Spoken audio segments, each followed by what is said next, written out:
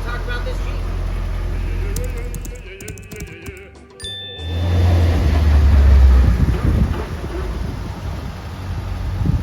You know, there's a lot of cool things about owning an old Jeep like this. Is it convenient? No. Is it modern? No. Does it have a lot of safety features? No. But it has a lot of other features that I'm going to show you. First of all, one of the greatest features is I cannot possibly lock myself out of this vehicle.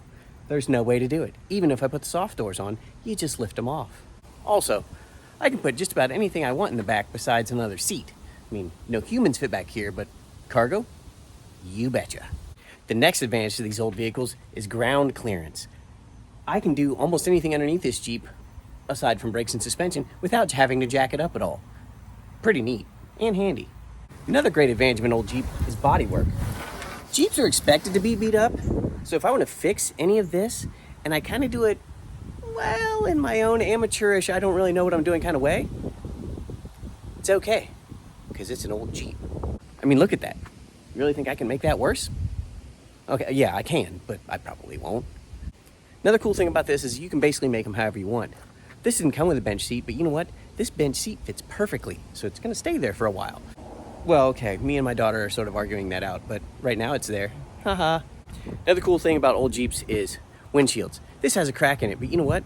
Jeep windshields fold down. So, really, does it have a crack if it's not there?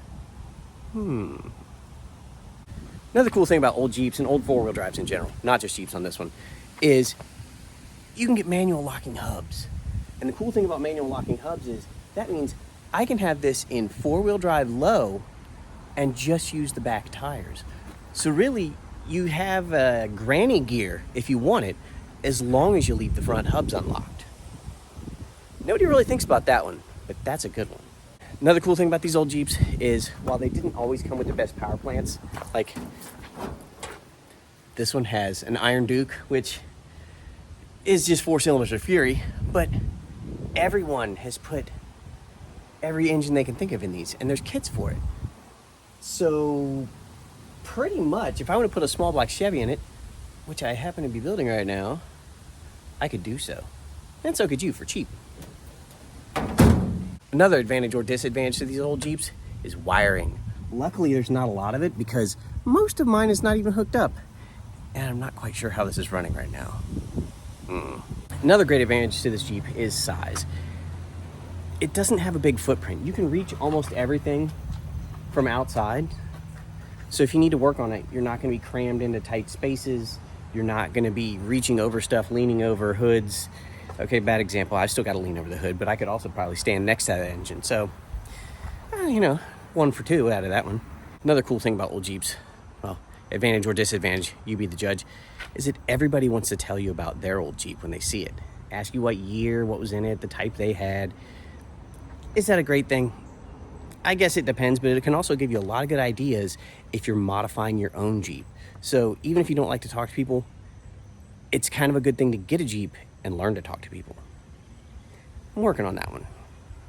The Jeep has one of the greatest interiors of all time, especially when we're talking about simplicity. I mean, literally, this has 1, 2, 3 gauges, and to make it even simpler, only one of them works. But my favorite part about old Jeeps, especially CJs, it doesn't really matter. I've had a flat fender. I've had a 1970, which is a shorter body version of this. And I've worked on a fair amount of all kinds of CJs, 6s, 7s, 8s, 5s, 3s, 2s. No actual military MBs though.